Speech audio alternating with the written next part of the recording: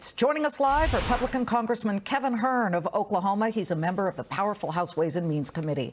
Congressman, welcome. We have this breaking news. Senator John Thune, a Republican, saying that the president's gas tax holiday is dead on arrival moments ago. Would you vote to temporarily suspend the federal gas tax? What's your thought here? Liz, thanks for having me. And no, I wouldn't. What we're seeing right now, you just had on a litany of experts that didn't make the policy, saying it's bad policy. And a person that's in charge of Congress, Speaker Pelosi, just in March, saying that it was an element of showbiz for the president to even want to do this back in March. And all it's going to do, as you just alluded to, is going to drive demand. It's going to signal that everything is going to get better, and it's not. It's the policies that this president put in place, the very first policy that he did, which was unraveling the Keystone XL pipeline, within an hour of getting sworn in last year. The policies that he has signaled out across America and around the globe that our producers in the United States are second-rate citizens, that they don't want them to really produce. The only reason to produce right now is just to save his policies. His policies are terrible. They're gimmicks to mask, what he's done to the American people. Congressman, you don't think that raising, let me just say, you don't think that raising output would help the American people if the oil companies did that? Well, it's very temporary. That's the problem. It's not a fix to the policies. And all we're going to do, as you heard the executive director of the CFRB, the Responsible Budget Committee, our group, talk about what are we going to do to backfill this? We're going to have to go to China. We're talking about bad policy, going to China to backfill our infrastructure. We're talking about at our state level. Now he's coaxing states to support his bad policies. It's terrible. And as in business, what is that consistency, predictability is what business people want. And what we're seeing time and time again from this administration is that this is part of the transition plan. Not my words, not Republican words. It's the words of the administration. Well, we found it interesting. We can put up an intraday chart here. The stock market, the major indices all hit session highs as the president laid out what he would like to see. That said, there is a situation here where we look at demand versus supply, and lifting the gas tax would not fix the supply issue.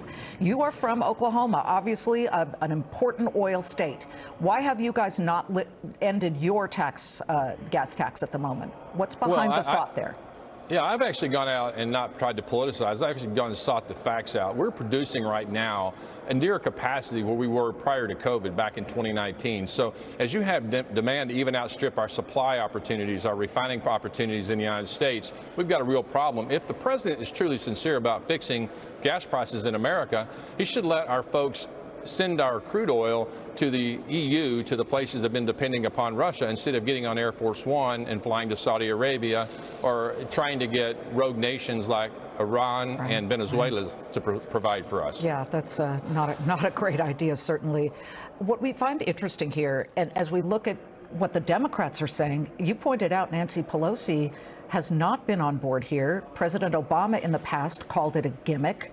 There are desperate situations right now, and each window of opportunity is different year to year. But explain to our viewers why it isn't just politics to say no on the Republican side, because Republicans are the party that loves to bring down or get rid of taxes. And in the past, any move to raise the gas tax had been fought by Republicans. Why is now different? Well, there's one thing to go raise taxes to create new spending programs. Our gas taxes in the United States, both the gas and our diesel tax, have been earmarked or are designed to go into our highway trust fund to support our infrastructure. That's been the way it's been funded for decades. And so when you remove those funds, they have to be backfilled some way or the other. And what we saw just last year, a $1.25 trillion infrastructure bill with only about $150 billion of real infrastructure, you have to go borrow that money. I mean, our deficits are running crazy over $1 trillion a year. This president put forth a budget that doesn't balance ever. And so we're out of control on our spending, on our debt, and this is going to exacerbate the problem that we're going to have in this country. We once were a net exporter, a great energy dominant nation. We need to return to where we were just 18 months ago. Well, we do just want to deal in numbers. The federal deficit has come down by more than $1 trillion. But I do want to ask you quickly about Jay Powell, the Federal Reserve Chair, speaking today before the Senate. He will speak before the Congress tomorrow.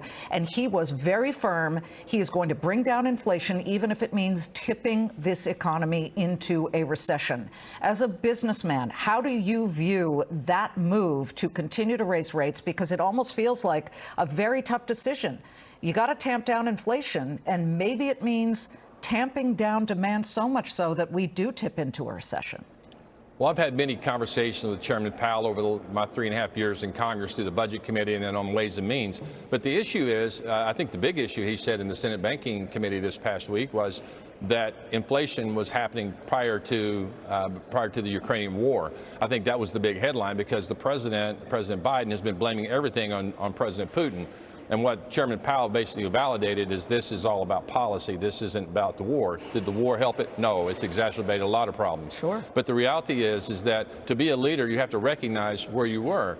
And when you have an energy policy secretary that wants to come out and bash oil and gas and then be surprised by the results you get, this White House is full of people that don't understand business principles like, supply and demand. And what we're seeing right now is a result of the American people hurting. Some 1 in 5 Americans now are going to have to cut off their energy, as the latest poll that we saw, because they're having to make a decision of whether they're paying energy on their home or energy in their car. Gotcha.